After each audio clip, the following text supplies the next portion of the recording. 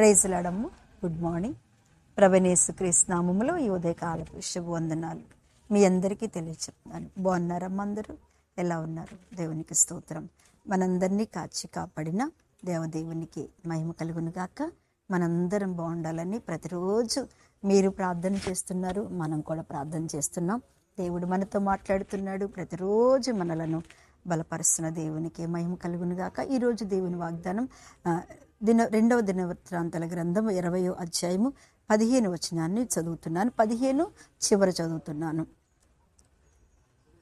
జడియకుడి, ఈ యుద్ధము మీది కాదు, దేవుడే జరిగించును. దేవునికి స్తోత్రం.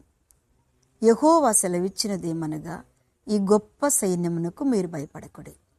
జడియకుడి, ఈ యుద్ధము మీరు కాదు, దేవుడే జరిగించును. దేవుడు ఈరోజు చక్కటి మాట మన పక్షంలో. చాలామంది అంటారు కదా, నీ పక్షంలో ఉన్నాను అని. ఒక్కటే చెప్పన, నిజమే అంటారు. వాళ్ళ ప్రార్థన మనకెంతో ఆశీర్వాదంగా ఉంటుంది.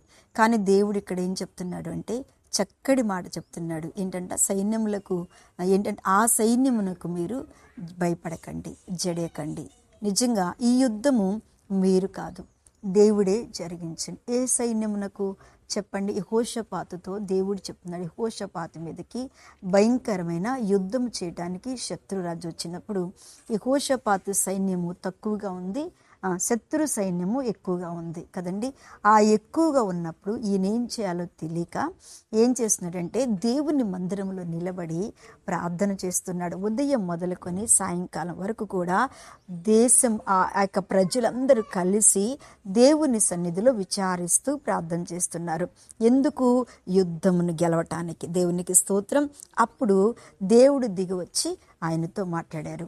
మీరు ఆ సైన్యమునకు భయపడకండి, తర్వాత జడియొద్దు, తర్వాత ఇంకేమంటున్నాడు? మీరు భయపడవద్దు, యుద్ధము దేవుడే చేస్తాడు. ఈ వాక్యం వింటున్న దేవుని బిడ్డలరా, మన పక్షములో కూడా మన భయములన్నీ తీర్చేసే దేవుడు, మన ధైర్యం అంతా ధైర్యంగా చేసే దేవుడు, మన పక్షంలో వ్యాజ్యమాడే దేవుడు మన పక్షంలో ఉన్నాడు. భయపడకండి దేవుని బిడ్డ. ఏ పరిస్థితులకు సైన్యము, ఆ సైన్యము శత్రు సైన్యం. కానీ మనము ఏ పరిస్థితులకు భయపడుతున్నామో, ఏ పరిస్థితులు తల ఉంచుతున్నామో, ఏ పరిస్థితులు మనల్ని భయపెడుతున్నాయో, నిజమే, వ్యాధి భయపెట్టవచ్చు, ఆర్థికం భయపెట్టవచ్చు, లేకపోతే శత్రు మాటలు కూడా మనకి ఒక్కోసారి భయం కలగవచ్చు, లేదంటే ఏదో ఒక బాధ తట్టుకోలేక మనం దేవుని సన్నిధిలో భయపడవచ్చు. కానీ ప్రభు ఏమంటుందంటే, భయపడొద్దు, జడవద్దు. నిజంగా ఒక్క మాట చెప్పన, దేవుని సన్నిధిలో ఉన్న మనందరము కూడా దేవుని బిడ్డలరా, విశ్వాసులముగా, ప్రార్థన పరులంగా, దేవుని సావుకులంగా, ప్రభు కొరకు పరిగెత్తాలని ఆరాటం కలిగిన వారందరి జీవితాలలో ఏదో ఒక శ్రమ, ఏదో ఒక ముళ్ళు, ఏది ప్రశాంతత అనేది ఒక్కోసారి మన జీవితంలో ఉండదు. అప్పుడు మనం ఏం చేయాలంటే, ప్రభు సన్నిధిలో నిలిచిండి మనం ప్రార్థన చేస్తున్నప్పుడు దేవుడే మన పక్షంలో యుద్ధం చేస్తాడు. ఆయనే మనకి సమాధానం ఇస్తాడు.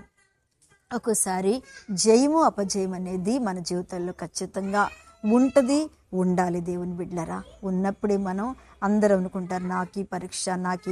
నిజమే, మనం పాస్ అవుతామని దేవునికి తెలుసు, నువ్వు గెలుస్తావని దేవునికి తెలుసు.